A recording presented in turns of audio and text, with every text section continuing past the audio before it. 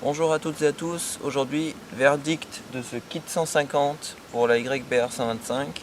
Je vais d'abord vous dire pourquoi j'ai décidé de monter ce kit sur cette moto. Ensuite je vais donner quelques caractéristiques de cette moto parce qu'elle est un peu particulière.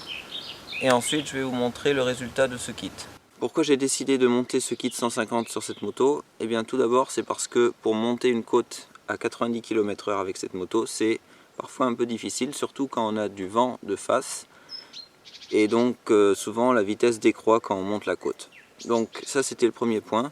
Le deuxième point c'est que ce kit normalement offre une plus grande compression. Donc ça a l'inconvénient qu'il faut utiliser de l'essence 98 au lieu de l'essence 95. Mais la compression augmentée va permettre peut-être d'avoir un moteur plus efficace. C'est-à-dire il va consommer moins pour la même puissance de sortie. Ceci étant dit, cette moto c'est une YBR Custom, ce qui signifie donc qu'elle a la partie cycle un peu différente, le réservoir, le guidon, la selle sont différents, il y a un peu de chrome quelque part qui ont tendance à rouiller. Mais c'est pas tout, il y a aussi le moteur qui est un peu différent. Et c'est quoi qui change par rapport à la YBR simple? C'est la boîte à vitesse. Donc la boîte à vitesse est beaucoup plus courte sur celle-ci. C'est bizarre, je sais pas pourquoi, mais c'est comme ça.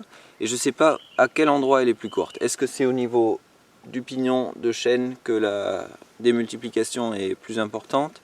Est-ce que c'est au niveau de la boîte à vitesse en soi? Ou est-ce que c'est au niveau de la réduction primaire? Au niveau de l'embrayage, la couronne de l'embrayage, qu'il y a un nombre de dents différent, je ne sais pas. En tout cas, si vous avez des informations là-dessus, n'hésitez pas à le mettre dans les commentaires. Ici, j'ai les taux de réduction du manuel du propriétaire. Donc taux de réduction primaire, ça c'est celui au niveau de l'embrayage, c'est 3,4.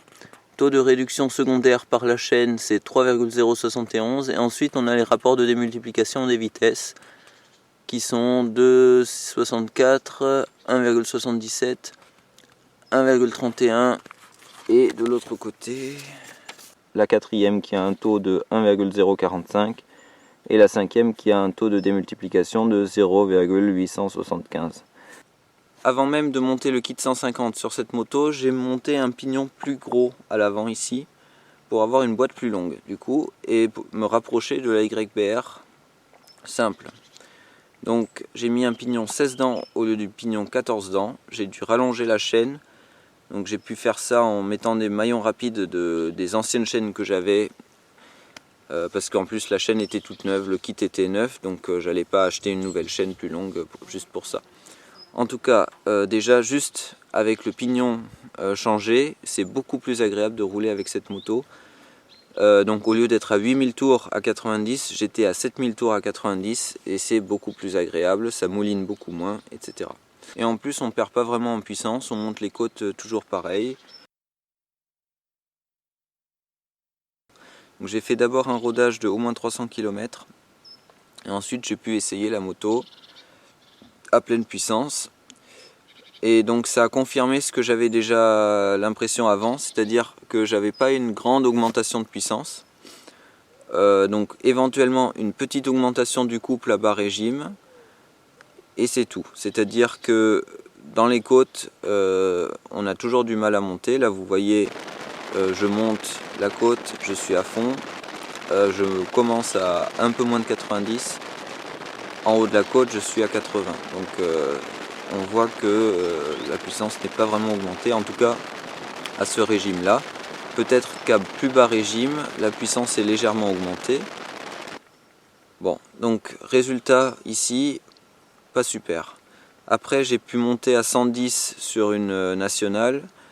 Bon, je sais pas si je pense que j'aurais pu le faire aussi avec le kit simple. J'avais le vent dans le dos, j'étais peut-être dans une descente au départ. Voilà. Après ça m'est arrivé une fois de monter une côte avec le vent dans le dos et puis de passer de 90 à 95 en accélérant à fond dans la côte. Donc là ça a marché, mais après je sais pas si ça aurait marché aussi avec le kit d'origine. Voilà, donc ça c'est pour la puissance. Maintenant pour la partie consommation, Donc le premier plein que j'ai fait 2,8 litres au 100, donc c'est-à-dire j'ai remis 10 litres quand je suis arrivé dans la zone rouge pour 360 km. Donc ça c'est la limite haute quand même de consommation que j'avais avant. Donc avant je faisais la consommation moyenne c'était 2,5 litres au 100 km et la consommation maximale ça montait éventuellement à 3 litres, mais c'était très très rare. Parfois 2,7 litres, c'était moins rare. Bon, donc là 2,8 litres c'était vraiment la moyenne haute, mais c'est peut-être dû aussi que je faisais plutôt des courts trajets à ce moment-là et que le moteur est froid quand on fait des courts trajets et donc il consomme plus.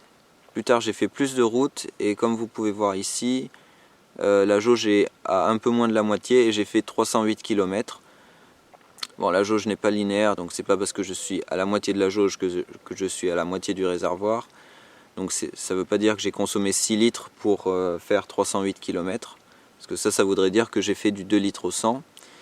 Par contre, à la fin, quand je suis arrivé dans le rouge, j'ai mis 10 litres pour avoir fait 420 km.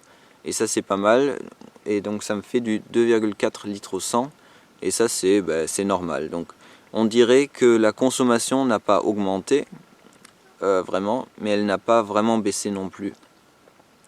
Donc, verdict final pour ce kit 150, c'est que il ne change quasiment rien, à part un petit bruit de cliquetis en haut du moteur. Donc je ne sais pas quelles sont les raisons de cette inefficacité du kit. Bon, déjà c'est un kit premier prix sur RRD. Après, moi je pense qu'il faudrait augmenter quand même l'arrivée d'air là, parce qu'il ne peut pas aspirer suffisamment en fait.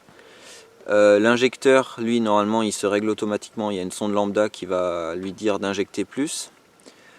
Bon, après le pot d'échappement, il n'est pas bridé. Enfin, c'est un 4 temps, donc ça change rien. Est-ce qu'il faut avoir une boîte encore plus longue pour que ce kit ait une efficacité? Je ne sais pas.